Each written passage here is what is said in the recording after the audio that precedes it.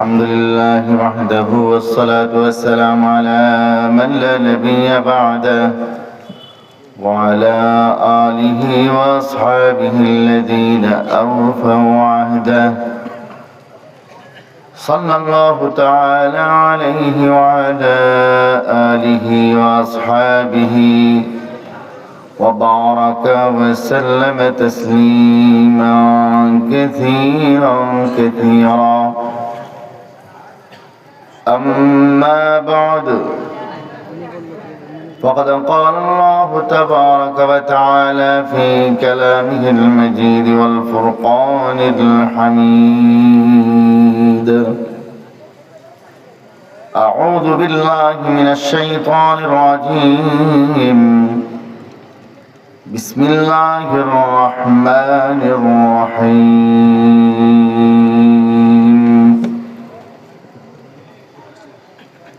إياك نعبد وإياك نستعين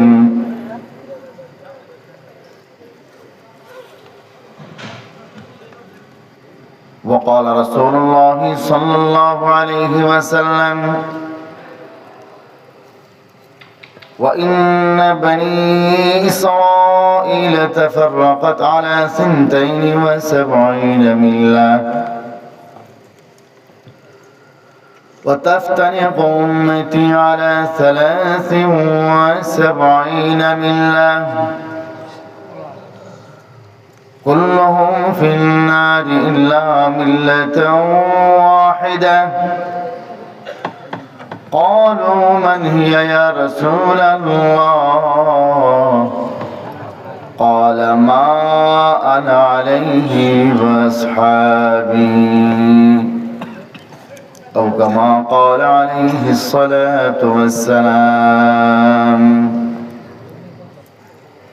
اللهم صل على محمد وعلى آل محمد كما صليت على إبراهيم وعلى آل إبراهيم إنك حميد مجيد اللهم بارك على محمد وعلى آل محمد كما باركت على إبراهيم وعلى آل إبراهيم إنك حميد مجيد মুআজ্জাজ হাজিরিন ওই আল্লাহ পাক রব্বুল আলামিনের লক্ষ কোটি শুকর ও সুজুদ যে রব্বুল আলামিন আমাদেরকে দারুল উলুম মেহেরউদ্দিন কওমি মাদ্রাসা ও মসজিদের উদ্যোগে আয়োজিত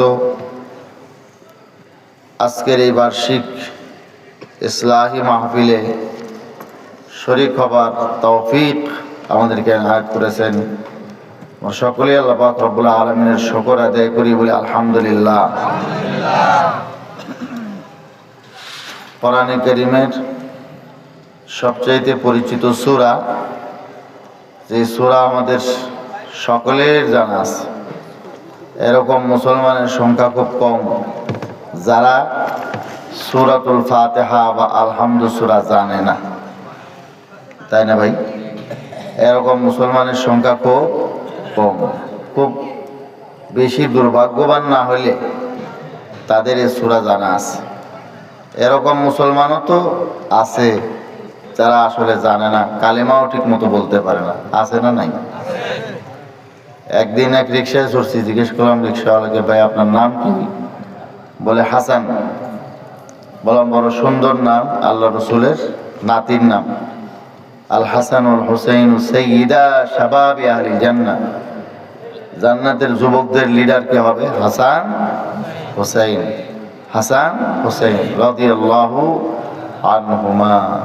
কোনো খেলোয়াড় না, কোনো গণতান্ত্রিক দলের নেতা না, জান্নাতের যুবকদের সর্দার হবে হাসান হুসাইন রাদিয়াল্লাহু তাআলা আনহুমা। তো কত সুন্দর নাম, রাসূলের নাতির নামে নাম। একটু কালেমাটা আমাকে শোনাবেন? হুজুর আপনার কি সন্দেহ হয় আমি কালেমা জানি না, আমি মুসলমান তো। আমি বললাম না ভাই, আমার সন্দেহ নাই, আমার একটু শুনতে মন চায়। তো এখন বলতেছে কেন, তাইলে শুনাইতেছি, লা ইলাহা ইল্লা আনতা সুবহানাকা ইন্নী কুনতু মিনাজ জালিমিন। এটা কালিমা শোনাই। তাও যে উচ্চারণে শুনাইছে বড় মুশকিল। আর একজনে জিজ্ঞেস করছে নবীর নাম, এরা জিজ্ঞেস করা হয়েছে, বলতেছে নবী আগে তো বোধহয় আব্দুল কাদের জিলানী সাহেব ছিলেন, এখন নতুন কেউ হয়েছে কিনা আমি বলতে পারবো না। এই হলো অবস্থা। আল্লাহ তাআলা হেফাজত করেন, আল্লাহ তাআলা হেফাজত করেন। তলাল বদর আলাইনা মিন সানিয়াতিল বাদাই গজল আছে না, এই গজল পড়তেছে এক ছেলে বাথরুমের মধ্যে, ওর বাপ ওকে ধরে পিটা শুরু করছে। ওর মা এসে বলে মারো কেন? তো এই কোরআন শরীফ পড়তেছে বাথরুমে। বলছে এটা তো কোরআন শরীফ না, এটা তো একটা কবিতা। আমি তো 30 বছর ধরে এই সূরা দিয়েই নামাজ পড়ি। 30 বছর ধরে উনি তলাল বদর আলাইনা দিয়ে নামাজ পড়তেছে।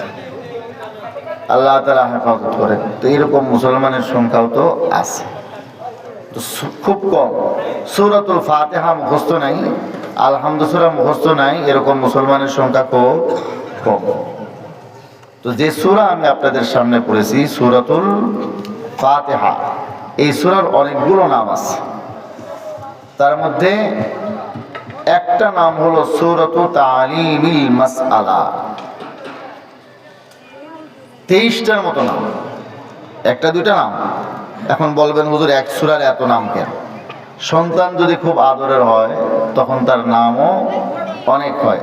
আমাদের মাদ্রাসায় এক তালেবে ইলম পড়তো, তার নাম এত বড় লম্বা, এটার নাম বললে আপনার মনে হবে যে সে একটা সূরা পড়ে শেষ করলো। এত বড় লম্বা নাম, 3-4টা নাম একসাথে করে নাম রাখছে। বললাম তো ঘটনা কি? আমার আব্বার 7-8টা মেয়ে, আমি একাই ছেলে। এখন আত্মীয় স্বজনরা সবাই মিলে নাম রাখছে 3 থেকে 4টে। এখন কারো নাম বাদ দেওয়া যাবে না, সবগুলোকে যুক্ত করে একটা নাম বানিয়ে দিচ্ছে। তো সন্তান যদি আদরের হয় নাম অনেকগুলো হয়, হয় না? ঠিক সূরাতুল ফাতিহা যেহেতু সবচেয়ে ফজিলতের সূরা, সবচেয়ে মর্যাদার সূরা, এই জন্য এই সূরার নাম অনেক। 23টা মতো নাম। একটা নাম আছে সূরাতুল ফাতিহার সূরাতু তালিমিল মাসআলা। তালিম মানে শিক্ষা দেওয়া, তালিম মানে সূরাতু তালিমিল মাসআলা, মাসআলা মানে প্রার্থনা। সূরাতু তালিমিল মাসআলা মানে প্রার্থনা শিক্ষা দেওয়ার সূরা। এই সূরার মধ্যে আল্লাহ তাআলা আমাদেরকে প্রার্থনা শিক্ষা দিয়েছেন। আমরা আল্লাহর কাছে কি চাও? প্রত্যেকেই আমাদের ইচ্ছা মতো চাই। এই যে ছাত্ররা, ওদের ইচ্ছা মতো চায় না?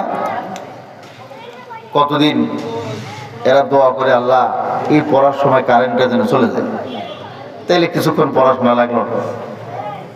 আমরা দূরে পড়ালেখা করছি, তখন তো খুব হরতাল হচ্ছিল। এই এরশাদ চাচার সময় পড়ালেখার বেশিরভাগ সময় আমাদের হরতাল খুব হইতো। 1 মাসও হরতাল হচ্ছে। আবার হরতাল থাকে না, বাড়ির থেকে আসার সময় মাঝে মধ্যে দোয়া করতাম আজকে যদি হরতাল থাকে বাংলাদেশে যাওয়া লাগলো। তো এক একজন এক এক রকম দোয়া করে, ঠিক না? প্রত্যেকেই নিজের হিসেবে চায়। রাজনৈতিক লিডাররা তাদের হিসেবে চায়, ছেলেরা তাদের হিসেবে চায়, যুবকরা তাদের হিসেবে চায়, মুরব্বীরা তাদের হিসেবে চায়, ব্যবসায়ীরা তাদের হিসেবে চায়। আমরা প্রত্যেকেই আমাদের হিসাবে আল্লাহ তাআলার কাছে চাই, যার যার মতো চাই। কেউ চাই 10 টাকা, কেউ চাই 5 টাকা, কেউ চাই গাড়ি, কেউ চাই বাড়ি, কেউ চাই নারী, যার যা মনে চায় চাই। কিন্তু রব্বুল আলামিন জানেন আমার আপনার জন্য সবচেয়ে প্রয়োজনীয় বস্তু কোনটা? কে জানেন সেটা? আমি চাইতেছি আমার 10 টাকার উপকারের জিনিস, আমি চাইতেছি আমার 5 টাকার ক্ষতির থেকে বাঁচার জন্য আল্লাহর কাছে দোয়া। কিন্তু রব্বুল আলামিন জানেন এর চেয়ে প্রয়োজনীয় বস্তু আমার জন্য কোনটা। এজন্য পরওয়ারদিগার আমাদেরকে শিখিয়ে দিলেন, ও আমার বান্দা বান্দিরা, তোমরা তো তোমাদের হিসেবে চাও, কিন্তু তোমাদের জন্য সবচাইতে প্রয়োজনীয় বস্তু কোনটা সেটা তোমরা জানো না। আমি রব্বুল আলামিন তোমাদেরকে শিখিয়ে দিই, তোমাদের জন্য সবচাইতে প্রয়োজনীয় বস্তুটার নাম হলো সিরাতুল মুস্তাকিম। রব্বুল আলামিন বলেন আমার কাছে দোয়া করো, আমার কাছে চাও, বলো ইহদিনাস সিরাতাল মুস্তাকিম। আল্লাহ আমাদেরকে সিরাতুল মুস্তাকিম দেখান। সিরাত মানে হলো পথ, আল মুস্তাকিম মানে হলো সোজা। ইহদিনাস সিরাতাল মুস্তাকিম মানে আল্লাহ আমাদেরকে সোজা পথ দেখান। সিরাতুল মুস্তাকিম কোন পথ? এইখান থেকে পাবনা শহর পর্যন্ত পৌঁছার, বাস স্ট্যান্ডে পৌঁছার সোজা পথকে সিরাতুল মুস্তাকিম বলেন। এখান থেকে ঢাকা যাওয়ার সোজা পথকে সিরাতুল মুস্তাকিম বলে না। এখান থেকে আমাদের বাড়িতে পৌঁছার পথকে সিরাতুল মুস্তাকিম বলে না। এখান থেকে আমাদের শ্বশুর বাড়ি যাওয়ার সোজা রাস্তাকে সিরাতুল মুস্তাকিম বলে না। সিরাতুল মুস্তাকিম ওই পথকে বলে যেই পথে চললে গুমরাহি থেকে বাঁচা যায়। সিরাতুল মুস্তাকিম ওই পথকে বলে যেই পথে চললে হিদায়াত পাওয়া যায়। সিরাতুল মুস্তাকিম ওই পথকে বলে যেই পথে চললে জাহান্নাম থেকে বাঁচা যায়। সিরাতুল মুস্তাকিম ওই পথকে বলে যেই পথে চললে সোজা জান্নাত পাওয়া যায়। বুঝে থাকলে বলবেন সিরাতুল মুস্তাকিমটা কার দরকার? না সবার দরকার? সবার দরকার না?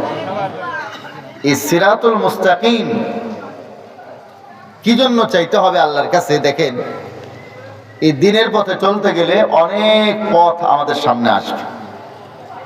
আল্লাহর হাবিব হাদিস শরীফের মধ্যে ইরশাদ করেন, খুতবার মধ্যে আমি আপনাদেরকে পড়ে শুনিয়েছি, তিরমিজি শরীফ খণ্ড নম্বর 2 পৃষ্ঠা নম্বর 92-93, হাদিস নম্বর 2641।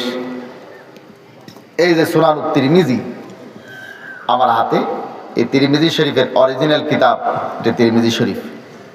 অনেকে হাদিসের স্লোগান দেন, কিন্তু হাদিসের কিতাব দেখাইতে বললে হাদিসের কোনো কিতাব দেখাইতে পারে না, কতগুলো বাংলা বই দেখায়, আছে না নাই? এটা হচ্ছে সুনানুত তিরমিজি, তিরমিজি শরীফের অরিজিনাল কিতাব। এর আপনি প্রথম খণ্ডের 92, দ্বিতীয় খণ্ডের 92-93 নম্বর পৃষ্ঠাতে হাদিস শরীফ পাবেন। হযরত আব্দুল্লাহ বিন আমর রাদিয়াল্লাহু তাআলা আনহু থেকে বর্ণিত। আব্দুল্লাহ বিন আমর ওই সাহাবী যার কাছে সবচেয়ে বেশি হাদিস সংরক্ষিত ছিল। সাহাবীদের মধ্যে সবচেয়ে বেশি হাদিস বর্ণনা করেছেন হযরত আবু হুরায়রা রাদিয়াল্লাহু তাআলা। কে বর্ণনা করেছেন? হযরত আবু হুরায়রা রাদিয়াল্লাহু তাআলা আনহু। কোন হাদিসে আবু হুরায়রা রাসুমার, কোন হাদিসে আবু হুরায়রা রাসুমার 5674, 5674। হযরত আবু হুরায়রার বর্ণিত হাদিসের সংখ্যা 5374। সেই আবু হুরায়রা রাদিয়াল্লাহু তাআলা যেই সাহাবীর প্রশংসা করেছেন যে তার কাছে আরো বেশি হাদিস ছিল, তিনি হচ্ছেন আব্দুল্লাহ বিন আমর, যার থেকে এই হাদিস বর্ণিত। কোথায় প্রশংসা করেছেন? বুখারী শরীফ খণ্ড নম্বর 1 পৃষ্ঠা নম্বর 22। এখানে রাসূল করিম সাল্লাল্লাহু আলাইহি সাল্লামের এই প্রসিদ্ধ সাহাবী হযরত আবু হুরায়রা হযরত আব্দুল্লাহ বিন আমরের প্রশংসা করে বলেন, আমি সরাসরি বুখারী শরীফ প্রথম খণ্ড থেকে আপনাদেরকে সেই হাদিসটি দেখিয়ে দিই, যেখানে আছে হযরত আবু হুরায়রার জবানে, হযরত আবু হুরায়রার ভাষায় হযরত আব্দুল্লাহ বিন আমরের প্রশংসা। 113 নম্বর হাদিস, বুখারী শরীফ খণ্ড নম্বর 1 পৃষ্ঠা নম্বর 22। হযরত আবু হুরায়রা রাদিয়াল্লাহু তাআলা আনহু বলেন, মা মিন আসহাবিন নবী সাল্লাল্লাহু আলাইহি ওয়াসাল্লাম আহাদুন, আল্লাহর নবীর সাহাবীদের মধ্যে এমন কোন ব্যক্তি ছিল না, আকসারা হাদিসান আনহু মিন্নি, যে আল্লাহর নবীর থেকে আমার চেয়ে বেশি হাদিস বর্ণনা করেছে, ইল্লা মা কানা মিন আব্দুল্লাহ ইবনে আমর, শুধুমাত্র আব্দুল্লাহ বিন আমর ছাড়া, একমাত্র আব্দুল্লাহ বিন আমর ছাড়া কারো কাছে সাহাবীদের মধ্যে আমার চেয়ে বেশি হাদিস ছিল না। ওনার কাছে বেশি হাদিস ছিল কিভাবে? ফাইন্নাহু কানা ইয়াকতুবু ওয়ালা আকতুব। হযরত আবু হুরায়রা বলেন, কারণ উনি লিখতেন আল্লাহর নবীর দরবারে বসে, আর আমি লিখতাম না। আল ইলমু সাইদুন ওয়াল কিতাবাতু কায়দুন, ইলম হলো শিকারী, আর লিখে নেওয়া এটা হলো তার ফাঁদ, এটা হলো তার খাঁচা।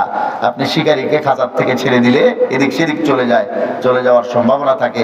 হযরত আবু হুরায়রা রাদিয়াল্লাহু তাআলা আনহু বলেন, আমি লিখতাম না, আর আব্দুল্লাহ বিন আমর লিখতেন, এজন্য ওনার কাছে হাদিস বেশি ছিল আমার চেয়ে। কিছু কিছু জায়গায় দেখি ওলামায়ে কেরাম, মাদ্রাসাওয়ালারা তালেব ইলমদেরকে খুব ভালো শিক্ষা দিয়েছেন। আমি যেহেতু দলিল ভিত্তিক আলোচনা করি, ওয়াজের প্যান্ডেলে খাতা কলম, আমি বললাম, বাবা কি কথা হুজুর, আমরা নোট করবো।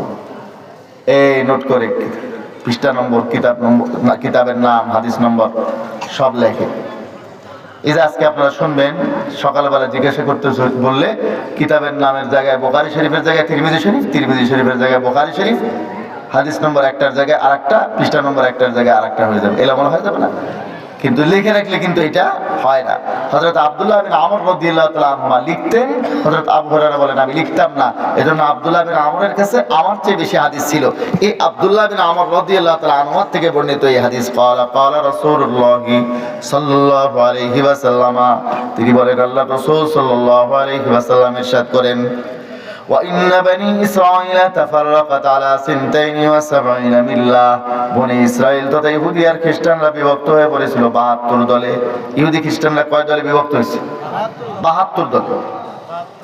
আমাদের অনেক মুরব্বীরা বলেন, অনেক মুসলমান ভাইরা বলেন যে হুজুর এই তাবলীগের মধ্যে 2 দল আছে না? নেই? সাতপন্থী এক দল আর হকপন্থী ওলামাপন্থী আর একটা আছে না? নাই? ঠিক এরকম এক দল আছে যারা বলে আমিন বলো জোরে, আর এক দল বলে না আস্তে, এক দল বলে 2.5-3 ফিট পা ছড়াইয়া নামাজে দাঁড়াও, আর এক দল বলে না স্বাভাবিক দাঁড়াও, আছে না? নাই? এক দল বলে মিলাদ কিয়াম করো, আর এক দল বলে না করিও না, কিয়াম করা যাবে না, দাঁড়ানো যাবে না, আছে না? নাই? আমাদের পাবলিক ভাইরা বলে হুজুর মাথা ঘুরায়, বলে কেন? বলছে এক এক মৌলবী সাহেব এক এক রকম কথা, 2-3 রকম কথা শুনিয়া আমাদের মাথা ঘুরায়। আর আল্লাহর রাসূল বলেন ও আমার উম্মতিরা, দল হবে 73টা, তাইলে কথা হবে একরকম। দলই যখন 73টা হবে, কথা কয় রকম হবে? 73 রকম হবে। সিরাজগঞ্জ এক জায়গায় বয়ান করতেছি, এক বক্তা আমার আগে বয়ান করছেন, তিনি এই 73 দল নাম ধরে দেখাই দিচ্ছে, এই বিএনপি, আওয়ামী লীগ, জামাত, জাতীয় পার্টি, এই যত পার্টি আছে এগুলো পার্টি মিলে উনি 73টা মিলিয়ে দিচ্ছে। ওনার কপাল ভালো, আমি স্টেজে আসার আগে উনি চলে গেছে। সিরাজগঞ্জের কথা বলতেছি। তাছাড়া এই হাদিসের এই অপব্যাখ্যা তাই কে শিখেছে? এটা রাজনৈতিক দলের কথা বলে নাই। ইসলাম পালন করা নিয়ে মুসলমানদের মধ্যে দল হবে কয়টা? 73টা। আকীদাগত ফরকের কারণে 73টা দল হবে। এরা জাহান্নামী হবে, কিন্তু চিরস্থায়ী জাহান্নামী হবে এ কথা না, জাহান্নামে যাবে তাদের আকীদাগত ফাসাদের কারণে। ইসলাম পালন করে নিয়ে মুসলমানদের মধ্যে দল হবে কয়টা? 73টা। এটা রাজনৈতিক দলের কথা বলা হয়নি। মুসলমান ভাইরা আমার, আল্লাহর হাবিব বলছেন দল হবে 73টা, কথা হবে 73 রকম। কেবলমাত্র 2-3 রকম কথা আমাদের মাথায় আসছে, আমরা আমাদের সামনে আসাতেই আমরা বলতেছি, আমাদের মাথা ঘুরায়। ভাই 73 না, 73 শত আর হাজার দলও যদি হয়, আপনি যদি হক দলের আলামত ঠিক মতো চিনতে পারেন, জব্দ করতে পারেন, আয়ত্ত করতে পারেন, তাহলে আপনি কখনো পথভ্রষ্ট হবেন না, হক পথ থেকে বিচ্যুত হবেন না। এখানে যদি আপনার পিতা থাকে, আপনার পিতার সাথে আরো 73 জন বা 72 জন লোক থাকে, আপনার পিতাকে আপনি খুঁজে পাবেন নাকি সবাইকে আব্বা ডাকবেন? নিজের পিতাকে ঠিকই খুঁজে পাওয়া যাবে, যাবে কি যাবে না? 73 জন নয়, 73 শত জন, 73,000 জন ছেলে আছে, কিন্তু পিতাকে যদি বলা হয় আপনার সন্তান কোনটা, আপনি এর মধ্যে থেকে খুঁজে বের করবেন, পারবে কি পারবে না?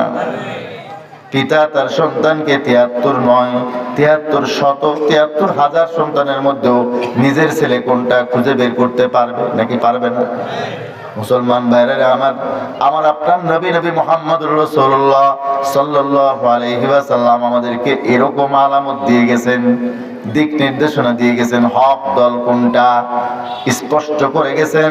73 নয়, 73 শত দলও যদি হয়, সেখানে হক দল কোনটা আমরা ঠিকই খুঁজে বের করতে পারবো। আল্লাহ রাসূল একথা আমাদেরকে ক্লিয়ার বলে গেছেন। এখন 73 দলের গন্তব্য যদি এক জায়গায় হতো তাইলে কিন্তু সমস্যা ছিল না। 73 দলের এক একজনের গন্তব্য এক এক জায়গায়। দেখেন আপনাদের পাবনা শহর থেকে 73টা বাস ছেড়ে যাচ্ছে ঢাকার উদ্দেশ্যে, আপনিও যাবেন ঢাকা, তাহলে যে কোনো একটা বাসে চড়লে আপনি ঢাকা পৌঁছবেন কিনা? কিন্তু 73টা বাস 73 জায়গায় যাচ্ছে। আপনি যাবেন ঢাকা, আপনি যাবেন নির্দিষ্ট একটা গন্তব্যে, তখন আপনার নির্দিষ্ট ওই গন্তব্যের বাসে চড়তে হবে। যে কোনো বাসে চড়লে আপনার গন্তব্যে আপনি পৌঁছতে পারবেন না। আল্লাহর হাবিব বলেন কুল্লুহুম ফিন্নার, ও আমার উম্মতিরা ৭৩ দল হবে ঠিক, কিন্তু ৭৩ দলের গন্তব্য এক জায়গায় হবে না। ৭৩ দলের মধ্যে সবাই যাবে জাহান্নামে, ইল্লা মিল্লাতাম ওয়াহিদা, একটা মাত্র দল বাদ দিয়া একটা দল যাবে জান্নাতে, বাকি ৭২ দল যাবে কোথায়? জাহান্নামে। জাহান্নামে যাওয়ার তো আমাদের কারো ইচ্ছা নেই, আছে ভাই? নাই। আমরা কোন জায়গায় যাইতে চাই? জান্নাতে। কারা যাইতে চাই? একটু হাত উঠে নারায়ে তাকবীর, হাত নামান। আল্লাহ তাআলা সবাইরে কবুল করেন, আল্লাহ তাআলা সবাইরে জান্নাতের জন্য কবুল করেন। আল্লাহর হাবিব যখন এই কথা বললেন, একটা দল জান্নাতে যাবে, বাকি ৭২ দল যাবে জাহান্নামে। এখন সাহাবায়ে কেরাম প্রশ্ন করে আমাদের জন্য রাস্তা সহজ করে রেখেছেন। কারণ কি জানেন? এখন একটা দল মাত্র, এখন যদি বলা হয় ভাই আপনারা যারা উপস্থিত আছেন তাদের মধ্যে একজন মানুষকে ১০,০০০ টাকা দেওয়া হবে পুরস্কার, হাত উঠাবে সবাই, চিন্তা করবে যে আমি হয়তো পাবো, ঠিক না? একটা মাত্র লোক যাবে জান্নাতে যদি বলা হয়, তাই সবাই আশা করব যে আমি হয়তো জান্নাতে যাব। আল্লাহ রাসূল বলছেন একটা মাত্র দল হবে জান্নাতি, বাকি ৭২ দল জাহান্নামী। এখন হয়েছে কি, দুনিয়ার যে কোনো মানুষ বলবে, যে কোনো দল বলবে যে আমরাই সেই একমাত্র নাজাতপ্রাপ্ত দল। এজন্য সাহাবায়ে কেরাম আল্লাহ রাসূলের কাছে প্রশ্ন করে আমাদের জন্য রাস্তা সহজ করে গেছেন। সাহাবায়ে কেরাম প্রশ্ন করলেন, ক্বালু, জিজ্ঞাসা করলেন তারা কারা? আল্লাহর নবীর সাহাবীরা। ক্বালু জমা মুযাক্কার গায়েবের সিগা। ক্বালু তারা জিজ্ঞাসা করলেন, তারা বললেন, কারা বললেন? সাহাবায়ে কেরাম আল্লাহর হাবিবকে জিজ্ঞাসা করলেন, মান হিয়া ইয়া রাসূলুল্লাহ, ও একটা মাত্র জান্নাতি দল কারা? তাদের পরিচয়টা একটু আমাদেরকে বলে দেবেন। আল্লাহ রাসূল বলেন, ক্বালা মা আনা আলাইহি ওয়া আসহাবি, আমি নবী যেই তরিকার উপরে চলি, আমার সাহাবায়ে কেরাম যে আদর্শের উপরে চলেন, নবীর আদর্শ সাহাবায়ে কেরামের আদর্শ, নবীর সুন্নাত সাহাবায়ে কেরামের সুন্নাহ, নবীর সুন্নাহ সাহাবায়ে কেরামের সুন্নাহ, নবীর আদর্শ সাহাবায়ে কেরামের আদর্শের উপরে যারা থাকবে তারাই একমাত্র নাজাতপ্রাপ্ত দল। নবীর আদর্শ সাহাবায়ে কেরামের আদর্শের উপরে যারা থাকবে না তারা বাতিল, তারা ৭২ দলের অন্তর্ভুক্ত। এখন যে কোনো কেউ নতুন দাবি নিয়ে আসবে, আমরা তখন তার দাবিটাকে রাসূলের আদর্শ সাহাবায়ে কেরামের আদর্শের মাপকাঠিতে মাপতে চেষ্টা করব। যদি টিকে ভালো, যদি না টিকে তারা পথভ্রষ্ট, তারা গোমরাহ। আপনাদের পাবনা জেলায় এবং বিভিন্ন অঞ্চলে এখন নতুন একটা ফেরকা মাথাচাড়া দিয়ে উঠছে। দেখেন, ভাইরাস যখন আসে, ভাইরাস তখন কে কোন সময় ভাইরাসে আক্রান্ত হয় বোঝা কঠিন। করোনা ভাইরাস আসছিল না? করোনা ভাইরাস আসার সময় কেউ যদি হাসি দিয়েছে, আমরা ৬ হাত লাফায়া দূরে সরে গেছি। কারো একটু সর্দি লাগলে তার আশপাশে হাঁটি নাই। মুরব্বী যারা আছে তাদেরকে আমরা মসজিদে আসতে দিই না, এদের মুরব্বী মানুষ আপনি আসিয়েন না, আপনার অসুখ হবে, এর জন্য আরো 10 জনের অসুখ হবে। বাইরে থেকে আসছি, হাত ধুইছি, তাহলে হাত ধোও আর হাত দাও, হাত ধুইতে হাত ধোয়ার সাবান শেষ, মুখের মধ্যে লাগাইছে টোনা। এক মুরব্বী চাচা বলতেছে, হুজুর গোয়াল ঘরে এই মাস্ক লাগায় গেলে গরুও হাসে, বলে এতদিন আমাদের মুখে লাগাইছেন, এখন নিজেদের মুখে পড়ছে। করছি না? কত কিছু করলাম আমরা। কেন করছি? আমরা করোনা ভাইরাস থেকে বাঁচার জন্য করছি। এখন বর্তমানে ঈমানকে ধ্বংস করার ভাইরাস আসছে, গোমরাহির ভাইরাস, ঈমান ধ্বংস করার ভাইরাস। এই ভাইরাসে কোন জায়গায় কিভাবে আক্রমণ করতেছে? আলেম ফ্যামিলিতে, জাহেল ফ্যামিলিতে, বড় বড় ওলামায়ে কেরামের পরিবারে এই ধরনের ভাইরাসে আক্রান্ত হয়ে যাচ্ছে মুসলমান ভাইরা আমার। এজন্য আপনাদের আমাদের সকলের ঈমানকে হেফাজত করার জন্য, দ্বীনকে হেফাজত করার জন্য এই ভাইরাস থেকে আমাদেরকে বাঁচতে হবে, সতর্ক হতে হবে, সচেতন হতে হবে, নিজেও এবং অন্যকেও সচেতন করতে হবে। দ্বিতীয় আর একটা অফারের কথা আমি বলবো, যেহেতু বর্তমানে অফারের দুনিয়া, সব কোম্পানি অফার দেয়, এই কোম্পানির অফার, ওই কোম্পানির অফার, ওই কোম্পানির অফার, অফার আছে না ভাই? তো আমি একটা অফারের কথা আপনাদেরকে শোনাবো, শুনবেন অফারের কথা। অফারটা হলো জান্নাতে নবী মুহাম্মদ রাসূলুল্লাহ সাল্লাল্লাহু আলাইহি ওয়াসাল্লামের সাথে থাকার অফার। কারা কারা নবীর সাথে জান্নাতে থাকতে চাই একটু হাত উঠাই তো, নারায়ে তাকবীর। হাত নামান। আল্লাহ তাআলা সকলকে নবীর সাথে জান্নাতে থাকার তৌফিক দান করেন। আমরা সকলেই আল্লাহ তাআলা তৌফিক দিলে নবীর সাথে জান্নাতে থাকবো ইনশাআল্লাহ। তবে তার জন্য একটা কাজ করতে হবে, এইটা ইনশাআল্লাহ আমি বয়ানের শেষে বলবো। তার আগে আপনারা কেউ যাইয়েন না, চলে যাবেন নাকি? এই অফারের কথাটা ইনশাআল্লাহ লাস্টে আপনাদেরকে শোনাবো। তো আমি যেটা বলতেছিলাম, একটা ভাইরাস আমাদের মধ্যে বর্তমানে এসে গেছে, যেই ভাইরাসে আক্রান্ত হলে কারো ঈমান থাকে না, সে মুসলমানের গণ্ডির বাইরে চলে যায়। সেইটা কি ভাইরাস? আহলে কোরআনের ভাইরাস। নব্য আহলে কোরআন, নব্য আহলে কোরআন ভালো করে বুঝবেন। বর্তমানে কিছু বক্তা আছে, বক্তা, তারাও আহলে কোরআনের সদস্য। আহলে কোরআনের দুই মতলব। আহলে কোরআন একটা পুরাতন আহলে কোরআন, আর একটা হলো নব্য আহলে কোরআন। পুরাতন যুগে আহলে কোরআন বলা হতো হাফেজে কোরআনদেরকে, যারা কোরআন মুখস্থ করত, কোরআন মানতো, হাদিস মানতো, ইজমা মানতো, কিয়াস মানতো, এই শরীয়তের চার দলিল মানতো। কোরআন এর হাফেজ ছিল, কোরআনের উপরে আমল করত, চার দলিলও সাথে সাথে মানতো। তাদেরকে বলা হতো আহলে কোরআন। আমি সেই পরিভাষাটা আপনাদেরকে মুসনাদে আহমদের মধ্যে 19 নম্বর খণ্ড 296 নম্বর পৃষ্ঠা, এখান থেকে হাদিস শরীফটা দেখাই। হযরত আনাস রাদিয়াল্লাহু তাআলা আনহু থেকে বর্ণিত এই হাদিস, 296 নম্বর পৃষ্ঠা। আনাস রাদিয়াল্লাহু 12279 নম্বর হাদিস, মুসনাদে আহমদ। যে কিতাবটা আমার হাতে দেখতেছেন, এটা কিন্তু 52 খণ্ডে ছাপা কিতাব। ইমাম বুখারী রাহমাতুল্লাহ আলাইহির সুপ্রিয় ওস্তাদ ইমাম আহমদ ইবনে হাম্বল রাহমাতুল্লাহ লেখা, যার ইন্তেকাল 241 হিজরিতে। এই মুসনাদে আহমদটা সেফে এসেছে মিশর থেকে। কত খণ্ডে? 52 খণ্ডে।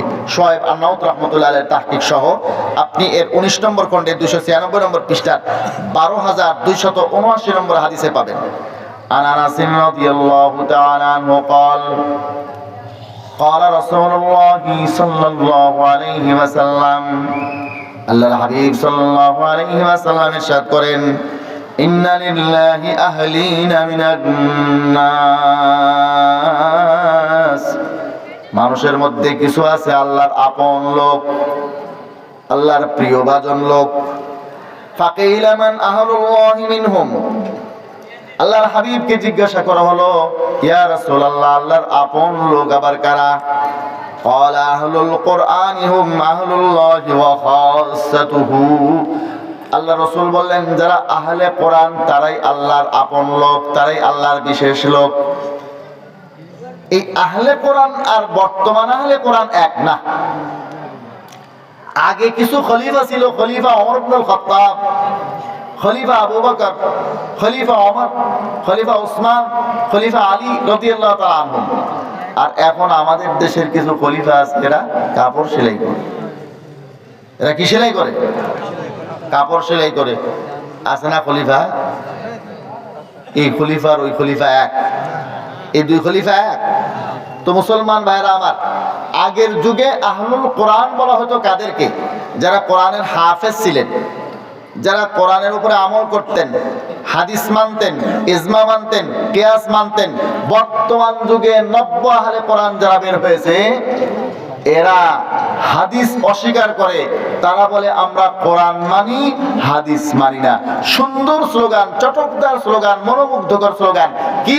আসুন আমরা কোরআনের উপরে চলি, আসুন আমরা কোরআন মেনে চলি। একজন সাধারণ মুসলমান যখন দেখে, হায় রে কত সুন্দর স্লোগান, আসুন আমরা কোরআন মেনে চলি, কোরআন তো মানাই উচিত। কি বলেন, ঠিক না? এরা কিন্তু জানে না, তার মুখে হলো কোরআনের স্লোগান আর অন্তরের কথা হলো হাদিস মানি না। যারা মুখে বলে কোরআন মানি আর অন্তরে অন্তরে রাখে বা প্রকাশ্যেও বলে হাদিস মানে না, যারা কোরআন মানে হাদিস মানে না বলে, যারা কোরআন মানে হাদিস মানে না বলে, যারা কোরআন মানে বলে হাদিস মানে না বলে, তারা মুসলমান না, তারা মুসলমান না, তারা মুসলমান না, তারা কাফের, তারা কাফের, তারা কাফের। আমি কোনো কথা অস্পষ্ট বলি না, এই কথার ব্যাখ্যা শুনে তারপরে যাবেন। আল্লাহ রাসূল সাল্লাল্লাহু আলাইহি ওয়াসাল্লাম এই দল সম্পর্কে ভবিষ্যৎবাণী করেছেন। তিরমিজি শরীফ খণ্ড নম্বর 2 পৃষ্ঠা নম্বর 95 হাদিস নম্বর 2664 হযরত মিকদাম ইবনে মাআদি কারীব রাদিয়াল্লাহু তাআলা আনহু থেকে বর্ণিত হাদিসে এই ধরনের একটা গ্রুপ আসবে, এটার ভবিষ্যৎবাণী আল্লাহ রাসূল সাল্লাল্লাহু আলাইহি ওয়াসাল্লাম করেছেন। আমি আপনাদেরকে দেখাই তাদের একটা কোরআন শরীফ, আপনারা দেখবেন সিরাজগঞ্জ থেকে আমাকে ওনারা দিয়েছেন। এই দেখেন আল কোরআন, এই কোরআনটা আহলে কোরআন আবার বিভিন্ন নামে আছে। এরা হাদিস অস্বীকারী গ্রুপ, এরা আসলে আহলে কোরআন না, এরা মুনকিরে হাদিস। এরা কি মুনকিরে হাদিস, হাদিস অস্বীকারী, কিন্তু মুখে তারা বলে আহলে কোরআন। এদের মধ্যে একটা গ্রুপ আছে কোরআন রিসার্চ ফাউন্ডেশন, কোরআন রিসার্চ ফাউন্ডেশন, এরাও এই গ্রুপের বড় বক্তাও আছে। এদের রাজশাহীর আছে অধ্যক্ষ মুজাম্মিল হক, আরো বিভিন্ন জায়গায় আছে, মতিউর রহমান একটা আছে। এরা সব এই গ্রুপের, সবই এই গ্রুপের। এই দেখেন আমি আপনাকে দেখাই, এই ডাক্তার মতিউর রহমান, তারপরে অধ্যক্ষ মুজাম্মিল হক, এরা আবার অধ্যক্ষ মুজাম্মিল হক বিভিন্ন জালসার দেখি তাফসীরুল কোরআন মাহফিলের একদম প্রধান বক্তাও থাকে বিভিন্ন জায়গায়। আল্লাহ তাআলা এদের থেকে হেফাজত করেন। এই কোরআন রিসার্চ ফাউন্ডেশনের পক্ষ থেকে কোরআন শরীফ যেটা বের করা হয়েছে, এর উপরের পৃষ্ঠায় দেখেন ফেরাউনের ছবি দেখতেছেন। কার ছবি?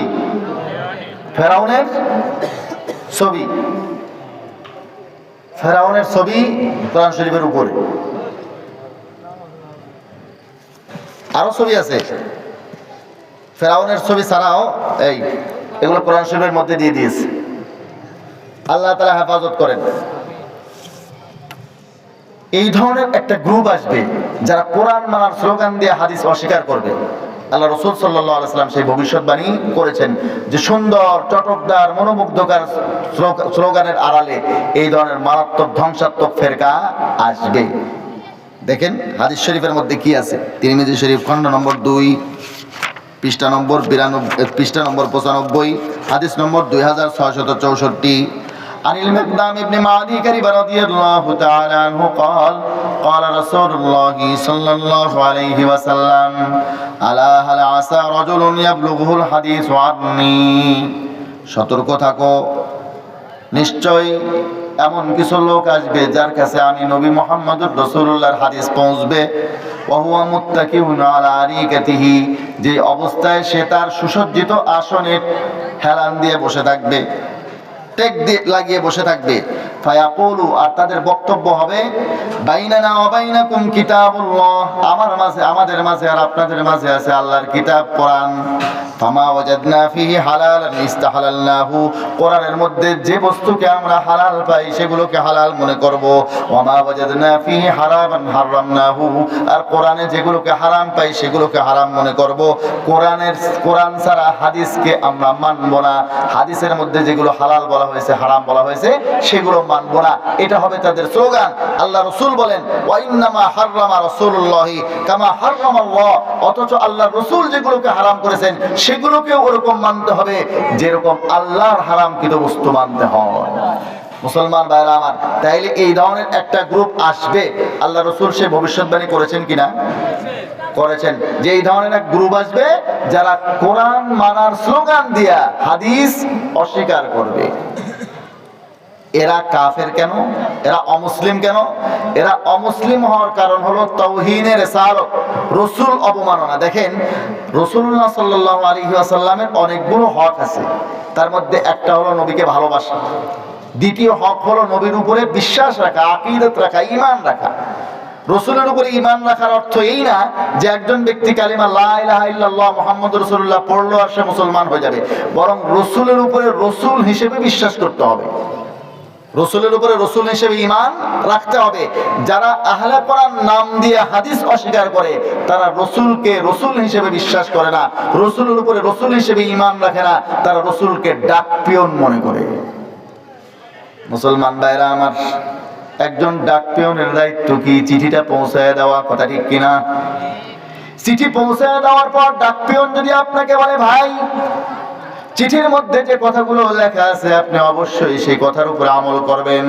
আপনার ছেলে আপনার কাছে চিঠি লিখছে, আপনার দোস্ত আপনার কাছে চিঠি লিখছে, এর মধ্যে যা লেখা আছে সেটার উপরে কিন্তু আমল করবেন।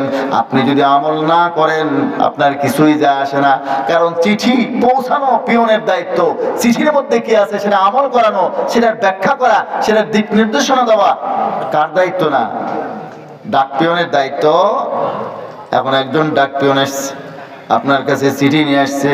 চিঠি খুলিয়ে আপনি দেখেন চিঠির শুরু থেকে শেষ পর্যন্ত গালি আর গালি। আপনাকে গালি দিয়েছে। কে গালি দিয়েছে? আপনার এক শত্রু। চিঠির উপর থেকে নিচ পর্যন্ত পুরাটা গালিতে ভরপুর।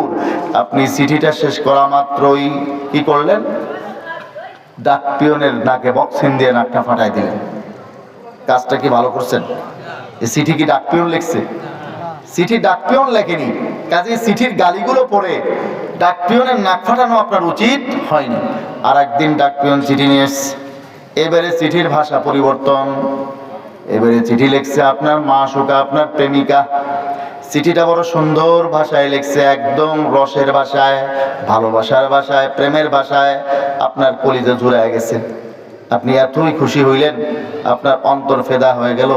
আপনি এখন তার জন্য কোরবান হয়ে যাওয়ার জন্য প্রস্তুত হয়ে গেছেন। আয় দোস্ত আগার যা তলবি যাবো তো বকশাম, বাস যা সে আজিজ তো বগু আবা তো বকশাম। বলে দোস্ত, তুমি যদি আমার কাছে তোমার জীবনটা চাও, তাও আমি তোমারে দিতে রাজি আছি। জানের থেকে বেশি আরো দামি বস্তু হইলে সেইটাও তোমার জন্য দিতে রাজি আছি। সব কিছু কোরবান করার জন্য আপনি প্রস্তুত হয়ে গেছেন। চিঠি আপনার প্রেমাস্পদ লিখছে, প্রেমের কথা দিয়া একেবারে ভর্তি করে দিয়েছে। বন্ধুরা আমার, এখন কি করলেন? চিঠিটা পড়া মাত্রই আপনি ডাক পিয়নের পায়ে পড়ে সালাম করলেন, ডাক পিয়নকে হাদিয়া দিলেন, পাবনা শহরের সবচেয়ে নামি দামি হোটেলে নিয়ে যা খাওয়াইলেন। এবারও কি কাজটা ঠিক হলো?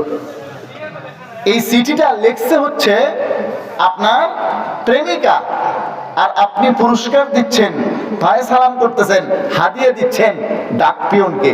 ডাক পিয়ন এটা পাওয়ার অধিকার রাখে না। এগুলো সবগুলোর অধিকার তো কার? যে চিঠি লিখছে তার। বন্ধুরা আমার, আমাদের এই ভাইয়েরা মনে করে কোরআন পৌঁছায় দেওয়া নবী মুহাম্মদ রাসূলুল্লাহর দায়িত্ব, কোরআনের ব্যাখ্যা করা নবীর দায়িত্ব না। এজন্য হাদিস তারা মানবে না বলে অস্বীকার করে। হাদিস মানবে না। তারা কি নবীকে রসুল হিসেবে বিশ্বাস করলো? আমাদের রসুলের উপরে রসুল হিসেবে ঈমান রাখে না। অতএব যারা হাদিস অস্বীকার করে তারা রসুলকে রসুল হিসেবে বিশ্বাস না করার কারণে, তাওহীনের সালাতের কারণে, রসুল অবমাননার কারণে তারা কাফের। মুসলমান ভাইরা আমার, খালি কালেমা পড়লে হবে না, রসুলের উপরে রসুল হিসেবে ঈমান রাখতে হবে। কি করছে মুসলমান ভাইরা আমার, একটা ঘটনা আপনাদেরকে শোনাই। বুখারী শরীফ খণ্ড নম্বর 2 পৃষ্ঠা নম্বর 725, হাদিস নম্বর 4886। হযরত আব্দুল্লাহ বিন মাসউদ রাদিয়াল্লাহু তাআলা আনহুর সাথে একবার এক ভদ্র মহিলা আসছিল বাহাস করতে। বাহাস বুঝেন? বিতর্ক করতে আসছে। হযরত আব্দুল্লাহ বিন মাসউদ রাদিয়াল্লাহু তাআলা আনহুর সাথে আমি সেই কথাটা আপনাদেরকে সরাসরি বুখারী শরীফের 2য় খণ্ডের 725 নম্বর পৃষ্ঠা এখান থেকে দেখাই। 4886 আপনি গুগল ইন্টারনেটেও সার্চ দিলে এই হাদিসটা এই নম্বরে পাবেন। আর আব্দুল্লাহ রাদিয়াল্লাহু তাআলা আনহু, আব্দুল্লাহ বিন মাসউদ রাদিয়াল্লাহু তাআলা আনহু থেকে বর্ণিত, তিনি বলেন, লানাল্লাহুল ওয়াশিমাতি ওয়াল মুতাওয়াশিমাত। আল্লাহ তাআলার অভিশাপ ওই সমস্ত মেয়েদের উপরে, আল ওয়াশিমা, যারা শরীরের মধ্যে উল্কি অঙ্কন করে, মানে আরেকজনের শরীরে উল্কি অঙ্কন করে দেয়। উল্কি বুঝেন? ট্যাটো, ট্যাটো, নকশা, লেখা, এগুলো খোদাই করে নাম লেখে, নকশা করে, ডিজাইন করে, ট্যাটো বলে, উল্কি বলে। এই উল্কি যে মেয়েরা অন্যের শরীরে অঙ্কন করে দেয় তাদের উপরে আল্লাহর অভিশাপ। এটা বুখারী শরীফের হাদিস। ওয়াল মুতাওয়াশিমাত, যে সমস্ত মেয়েরা উল্কি অঙ্কন করে নেয় তাদের উপরে আল্লাহর অভিশাপ। ওয়াল মুতানাম্মিসাত, ওই সমস্ত মেয়েরা যারা শরীরের ভ্রুগুলো উপড়াইয়া ভ্রু ব্লক করে সৌন্দর্য বাড়ানোর জন্য চেষ্টা করে তাদের উপরে আল্লাহর অভিশাপ। ওয়াল মুতাফাল্লিজাতি লিল হুসনি, ওই সমস্ত মেয়ে যারা সৌন্দর্য বাড়ানোর জন্য নিজেদের দাঁতের মধ্যে ফাঁসা নাই, কৃত্রিম ফাঁসা সৃষ্টি করে, এদের উপরে আল্লাহর অভিশাপ। আল মুগায়্যিরাতি খালকাল্লাহ, যারা আল্লাহর সৃষ্টির মধ্যে পরিবর্তন করে, আল্লাহ তাআলা বানাইছে শরীফ, হইতে চায় শরীফা, ট্রান্সজেন্ডার করে। আল্লাহর সৃষ্টির মধ্যে, শরীরের মধ্যে যেরকম আল্লাহ বানাইছেন তার মধ্যে পরিবর্তন আনতে চায়। এদের উপরে আল্লাহর অভিশাপ। فبلغ ذلك امرأة من بني أسد يقال لها أم يعقوب। রাবি বলেন এই হাদিসটা আব্দুল্লাহ বিন মাসউদ বলার পরে বনু আসাদ গোত্রের একটা মহিলা শুনতে পাইল। এই মহিলার নাম উম্মে ইয়াকুব। উম্মে ইয়াকুব মহিলাটা এই হাদিস শুনিয়া দৌড়ে আসছে আব্দুল্লাহ বিন মাসউদের সাথে বাহাস করতে। ফাজাত ফাকারাত, এই মহিলা দৌড়ে আসছে আব্দুল্লাহ বিন মাসউদের সাথে বাহাস করার জন্য। এসে বলে, ইন্নাহু বালাগানি আন্নাকা লাআনতা কাইতা ওয়া কাইতা। ও আব্দুল্লাহ বিন মাসউদ, আমার কাছে এরকম খবর পৌঁছেছে আপনি এই গুণের মেয়েদেরকে অভিশাপ করেছেন, এরকম গুণের মেয়েদেরকে আপনি অভিশাপ দিয়েছেন, এই খবর আমি শুনেছি।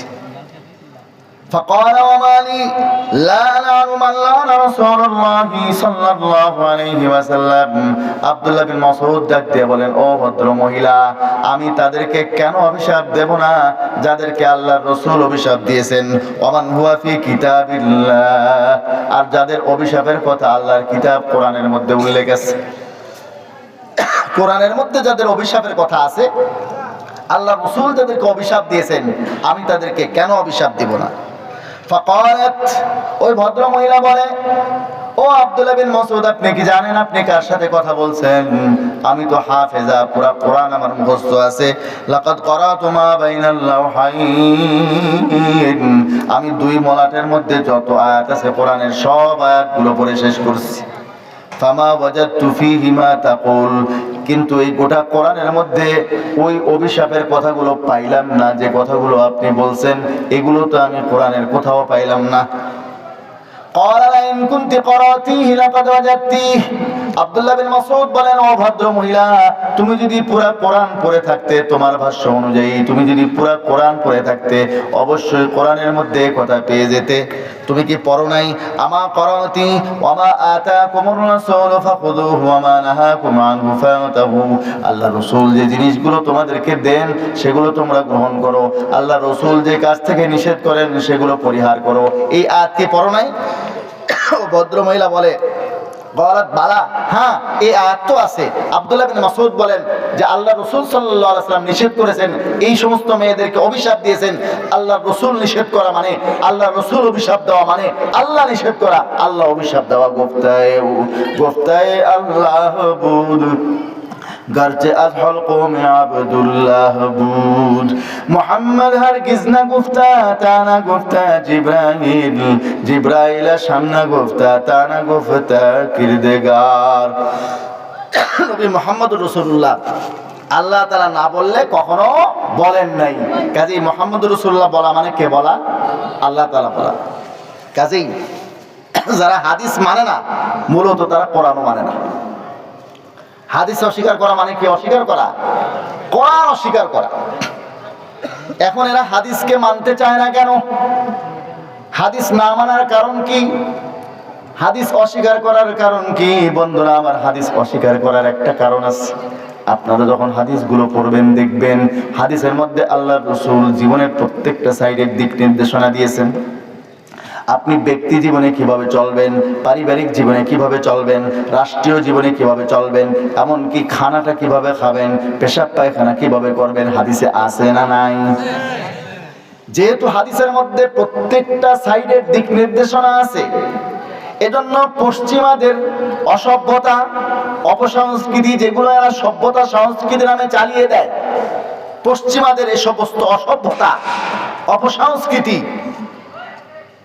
ইহুদি খ্রিস্টানদের আখলাক চরিত্রের অনুসরণ করতে গেলে নবীর হাদিসকে সরাতে হবে মাঝখান থেকে।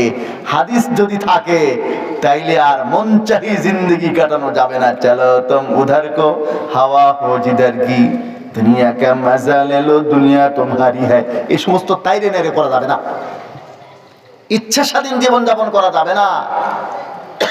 ইহুদি খ্রিস্টানদের আনুগত্যের জন্য, ইহুদি খ্রিস্টানদের অপসংস্কৃতির অনুসরণের জন্য রসুলের হাদিসকে প্রতিবন্ধক মনে করার কারণে হাদিসকে অস্বীকার করে এরা এই যে নতুন করে একটা দল সৃষ্টি হয়েছে, এটা হয়েছে লামাযহাবী শায়েখদের বাড়াবাড়ির কারণে।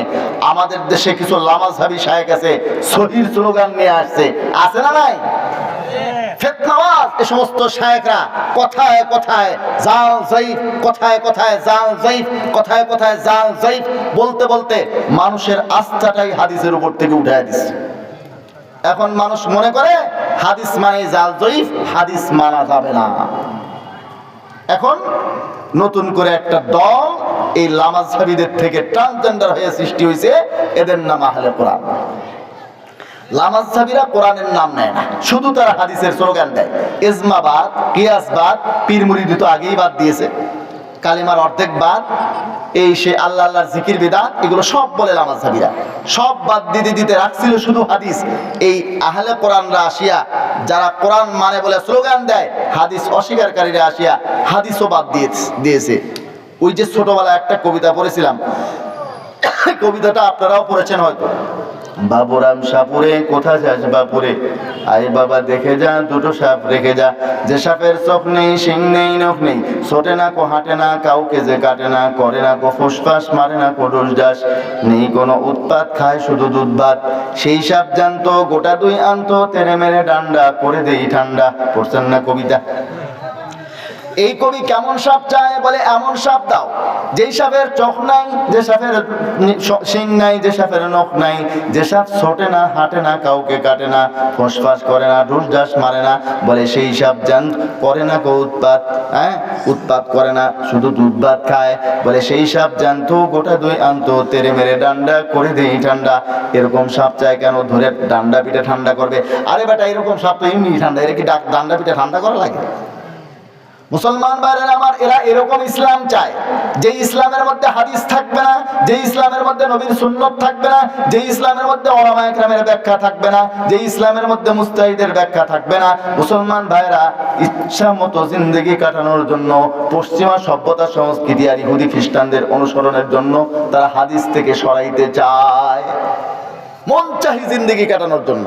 ইসলাম হবে এরকম যেরকম বাবুরাম সাপুরের সাপ, নবদন্তবিহীন ইসলাম, মন গড়া চলার জন্য উলামায়ে কেরামের ব্যাখ্যা অস্বীকার, মুস্তাহিদদের ব্যাখ্যা অস্বীকার, হাদিস অস্বীকার, বলে শুধু কোরআন মানব। এখন আসেন, কোরআন হাদিস ছাড়া কোরআনের উপরে চলা অসম্ভব,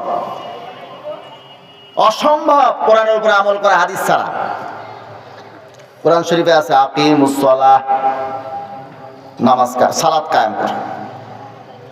এখন সালাত আপনি কিভাবে কায়েম করবেন, কোন টাইমে কয় রাকাত নামাজ পড়বেন, ফরজ কয় রাকাত হবে, ওয়াজিব কয় রাকাত হবে, সুন্নত কয় রাকাত হবে, কোন রাকাতে কিভাবে কি করবেন, এর দিক নির্দেশনা হাদিসে আছে, কোরআনে কি আছে?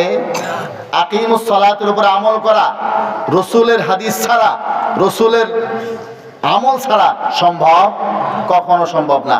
এই জন্য এখন আহলে কোরআনদের মধ্যে যারা কোরআন মানি বলে, তাদের মধ্যে দুই গ্রুপ। কেউ বলে আমরা নামাজ পড়বো 2 ওয়াক্ত, কারণ কোরআন শরীফে তারা খুঁজে বলে 2 ওয়াক্ত পাইছে।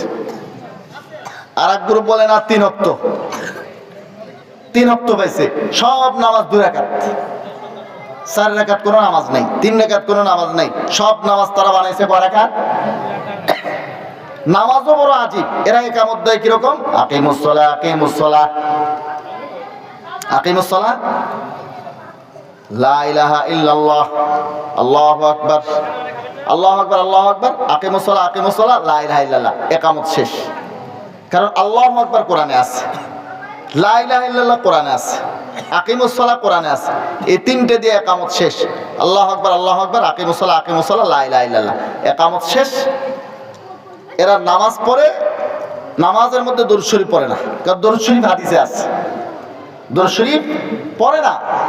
নামাজের মধ্যে পরে হচ্ছে সুবহান রাব্বিকা রব্বিল ইজ্জাতি আম্মা ইয়াসিফুন ওয়া সালামুন আলাল মুরসালিন আলহামদুলিল্লাহি রাব্বিল আলামিন।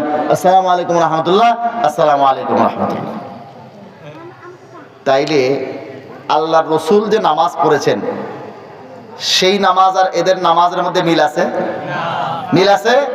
আল্লাহ রাসূল যে আযান শিখিয়েছেন, ইকামত শিখিয়েছেন, তার সাথে মিল আছে? অতএব আল্লাহ রাসূল যে দ্বীন নিয়ে আসছেন, ইসলাম নিয়ে আসছেন, ঈমান নিয়ে আসছেন, তার সাথে এদের কোনো মিল নাই। এই কারণে আহলে কোরআন যারা বলে তারা কোরআন মানে হাদিস অস্বীকার করে, এই হাদিস অস্বীকারীরা কাফের, হাদিস অস্বীকারীরা মুসলমান না। এই কথা ভালো করে মনে রাখবেন। বর্তমানে এই ভাইরাসটা এমন ভাবে ছড়িয়ে পড়েছে, বললাম তো স্টেজে বক্তব্য দিচ্ছে, প্রধান মুফাসসির কোরআন হিসেবে বক্তব্য দিচ্ছে, কিন্তু হাদিস অস্বীকারীর ফিতনার মধ্যে পড়ে গেছে, ঈমান হারা হয়ে গেছে, সেটারও পাচ্ছে না। ওয়াইজা কি জলওয়াবর মেহরাব ও মিম্বার মি কুনন্দ, ওয়াইজা কি জলওয়াবর মেহরাব ও মিম্বার মি কুনন্দ, চুবা খালওয়াত মিরাওয়াত না কারে দিগর মি কুনন্দ। ওয়াজ তো খুব করতেছে, নিজেই তো খোদ গোমরা, নিজের মধ্যে হেদায়েত নাই, মানুষকে তাফসীর করতেছে। এই তাফসীরে কি ফায়দা হবে? এজন্য আমি বলছিলাম যে আল্লাহর পক্ষ থেকে আমাদেরকে প্রত্যেক নামাজে, এই যে দেখেন আমরা সূরা ফাতিহার মধ্যে প্রত্যেক নামাজের প্রত্যেক রাকাতে দোয়া করতেছি, ইহদিনাস সিরাতাল মুস্তাকিম, আল্লাহ আমাদেরকে সিরাতুল মুস্তাকিম দেখান, সোজা পথ দেখান, এই সমস্ত গোমরাহি যেন আমাদেরকে স্পর্শ না করে।